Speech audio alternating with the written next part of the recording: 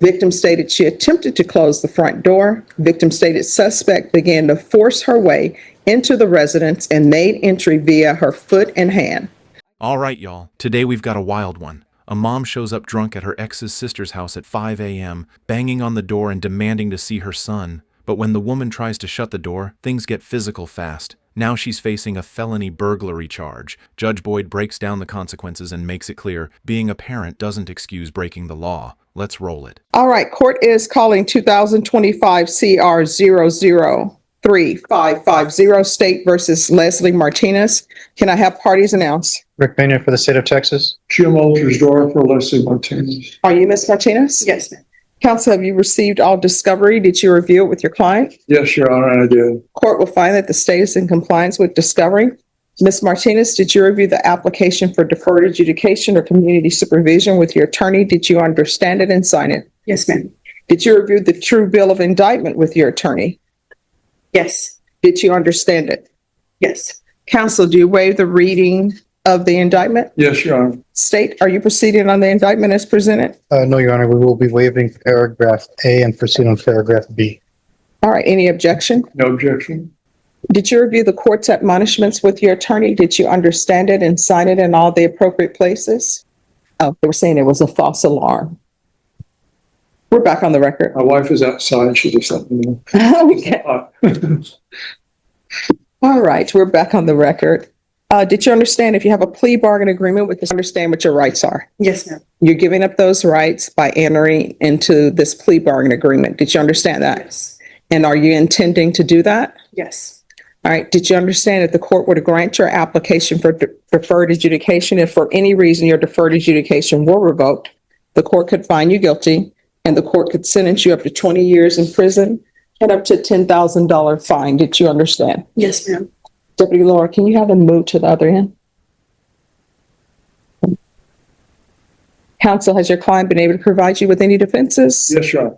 Do you believe she has a rational as well as the factual understanding of the charges against her? She does, Your Honor. Do you believe she's currently competent and was legally sane at the time of the offense? Yes to both questions. According to the plea, there's a $1,500 fine. State recommends deferred adjudication and there's to be no contact with the complainant. Did you understand that to be the plea? Yes, ma'am. Defense is at the plea? Yes, Your Honor. State is at the plea. It is, Your Honor. Did you review the waiver of appeal paragraph with your attorney? Did you understand it and sign it in both places? Yes. Did you understand by signing that you're waiving your right to appeal? The only items that can be appealed are written pretrial motions that have been filed, heard, and ruled upon by the court. Did you understand? Yes, ma'am. Counsel, are there any such motions? No, ma'am. Outside the agreement, the state is recommending that your community supervision be for a term of 5 years. There'll be 100 hours of community service restitution, anger management, TAP evaluation, follow our recommendations, the MRT and parenting classes. But you understand those are recommendations from the state and the court does not have to follow those recommendations. Yes. Then to paragraph B in the indictment, how do you plead? Guilty, not guilty, or no contest? No contest. State, any evidence? Yes, Your Honor. At this time, state offers into evidence State's Exhibit 1 with all attachments. No objection. All right. Did you, and state, have you had a chance to speak with the complainant? We have, Your Honor, the complainant would like to come in and give a victim impact statement. Unfortunately, she was unavailable to come in today. We are asking that sentencing be delayed until Thursday so she can come in and do so. All right. Thank you. Yes, Your Honor. Thank you. Did you review the waiver and stipulations with your attorney? Did you understand it? Yes. Did you sign it in all the appropriate places? Court will accept into evidence State's Exhibits 1 and attachments, and the court will review the same. All right, after reviewing State's Exhibits 1 and attachments, the court will find that if there is sufficient evidence to find you guilty, the court will defer finding of guilt as you've applied for deferred adjudication. So, counsel, I can sentence her today and order her to be back here on court on Thursday, and they will give a victim impact. That would be fine, Your Honor. May I ask that the court may consider for the fact that I'm court appointed with regard to the fine, maybe probating a portion of the fine? Yes. All right. So why did you go over to this house? So I was looking for my son. His dad had taken him, so I went to look for him at his aunt's house because I thought they were there. So why do you need to look for him? Because he has your son. Because it was we had a fight, so he didn't leave in good terms. So I was worried about my son. All right, so this is what people need to understand, and I don't think people understand this. Even though you're a mother of the child, that's the father of the child. And when people have a child and the father takes the child, sometimes mothers feel as though, well, I'm 100% should have the child, and he should only have the child when I say so. Unless you have civil documents that say that, that's not the case. So you're entitled to have the child, he's entitled to have the child. Hopefully, people will be responsible adults and they won't be running around, causing problems or taking a child out of frustration or anger. You have to remember, the father of your child is the person that you chose. You thought this would be a great person to have a child with, and so that's the father of your child. Now, it says in here that she told you that her brother wasn't there and the child wasn't there. So why are you still trying to force your way into the apartment? I was not trying to force myself into the apartment. Well, that's why you're here. It says, victim stated to me that on July 17, 2024, around 050 hours, suspect made the location. And that's military time, so not a good hour to begin with. Victim stated that she was awoken by hard banging on her front door. Victim stated she opened the front door thinking it would be her mother. Victim stated when she opened the door, she noticed the suspect, that's you, who appeared to be intoxicated, who told victim she was looking for victim's brother and her child. Victim stated she advised suspect they were not at the location and for the suspect to leave. Victim stated she attempted to close the front door. Victim stated suspect began to force her way into the residence and made entry via her foot and hand. Victim stated suspect was approximately 2 steps in the apartment, and any entry of any part of the body, be it a window or whatever, that's burglary of habitation. Victim stated there was a verbal altercation between the door while holding back suspect from making further entry.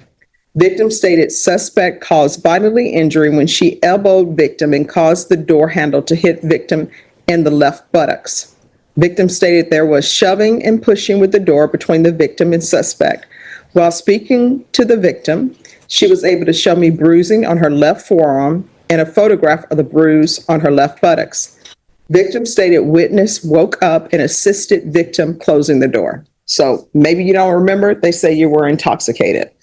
So here's the thing, when people don't want you at their home, regardless of what it is, you don't force yourself in. If you think your son is there, you think your son is in danger, which it doesn't appear to be because you were intoxicated, you need to call the police. Yes, ma'am. So, do you have custody of your son now? Yes. And the father of your son, does he see your son? Yes. No problems? Now you're here with a felony hanging over your head. Yes, ma'am. So is this the only child you have? Yes. Are you employed? Yes. What do you do? I work at a call center. Doing what? We ought to make appointments for hearing aids with Miracle Ear. Okay. Any drug use? No. Any alcohol use? No. You're not allowed to drink any alcohol while you're on probation. Do you understand? Yes, ma'am. All right.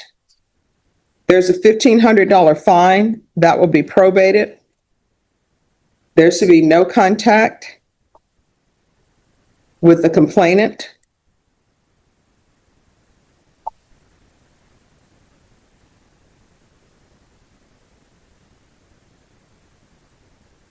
Regular reporting by Zoom or in person. Regular random UAs. 5 years deferred adjudication, 100 hours of community service restitution. I'm going to order parenting classes. Once that's completed, the community service hours will be deemed satisfied. TAP evaluation out of custody, follow recommendations. And anger management classes. Probation is in field visits 1 time per month for 3 months. Probation, is there anything else? Sorry? Employment. Oh, thank you so much. Proof of employment within 30 days, no employment as a home health care provider or with minors. Is there anything else, probation? No, sir. All right, anything else you need from the court? No, ma'am. Did you review the document entitled Trial Court Certification of Defendant's Rights to Appeal with your attorney? Did you understand it and sign it? Yes. Because this is a plea bargain agreement, because I followed your plea bargain agreement, and because you waived your right to appeal, you do not have the court's permission to appeal. Do you understand? Yes. All right, we can go off the record. So, State, here's the thing. I know the sister, I'm assuming she's the sister of her boyfriend. Sister-in-law.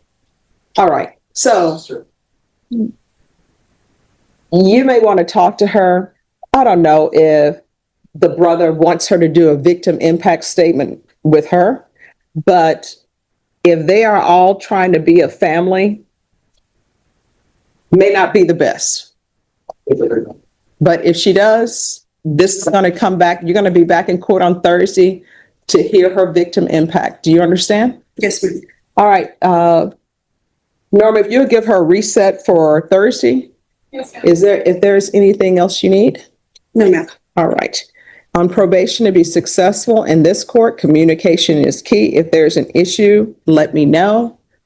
If you feel that you've spoken with probation and probation is not addressing it, come back to court, okay?